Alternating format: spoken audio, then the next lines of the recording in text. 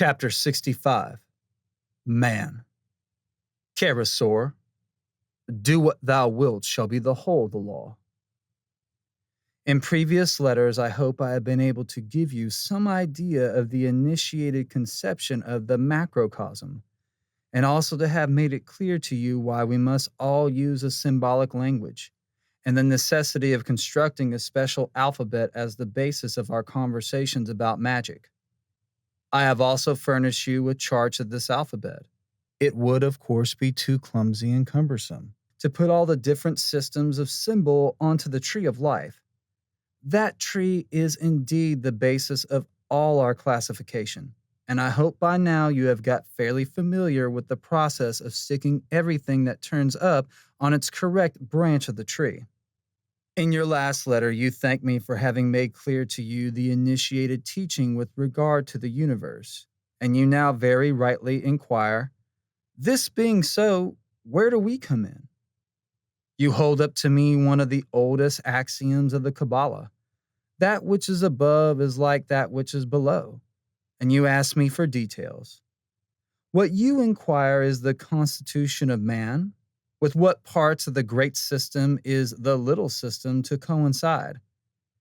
Perhaps I could hardly do better than call your attention to the description given in my essay on man in my small book, Little Essays Towards Truth. In some respects, indeed, this description is not as clear as I could have wished. The fact is that this essay was written chiefly for the benefit of those people who were already more or less familiar with the Tree of Life and its correspondences. But I do not know even today, 20 years later, and writing as I am to you who admittedly had no previous knowledge of any of these subjects, how to set forth the facts in more elementary terms. I warned you in the beginning that there was an essential difficulty in these studies which is not to be bypassed or dodged in any way whatever.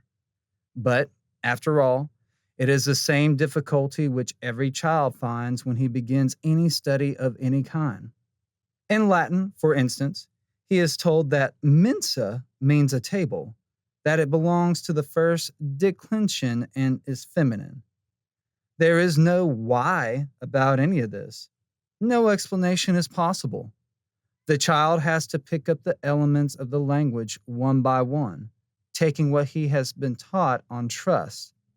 And it is only after accumulating a vast collection of unintelligible details that the jigsaw pieces fall into place, and he finds himself able to construe the classical text. You must be patient. You must go over and over again everything that is presented to you, and by obeying, you will not only come to a clear comprehension of the subject, but find yourself automatically thinking in the language which you have been at such pains to acquire.